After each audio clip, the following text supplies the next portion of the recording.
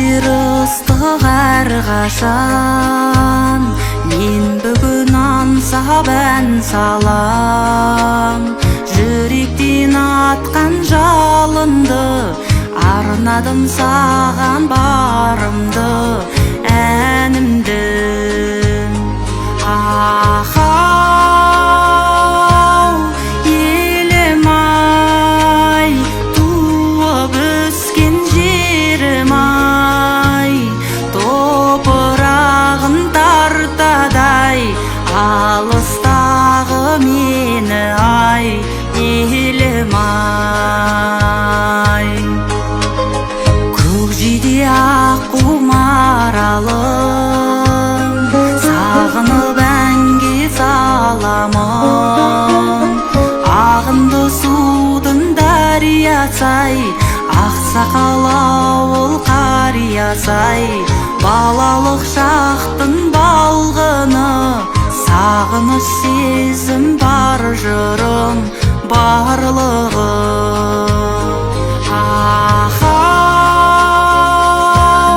елім ай, туып өскен жерім ай, топырағын тартадай, алыстағы мені ай, елім ай.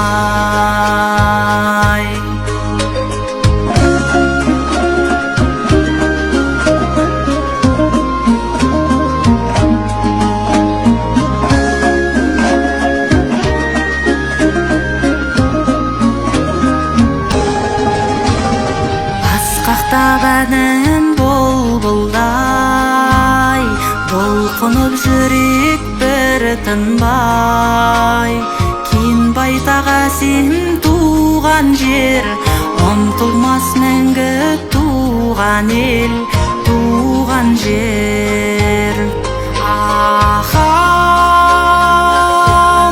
елім ай, туып өскен жерім ай, топырағын тартадай, алыстағы мені ай, елім ай.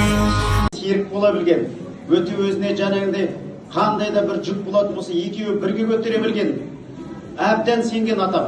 Сонда бір тағы да бір есіме түскен еді, біздің ана атамыздың қорасы өртеніп, сол кезде атам айқайлап жүр дейді ғой, аттан сақан аттан, аттан сақан аттан деп.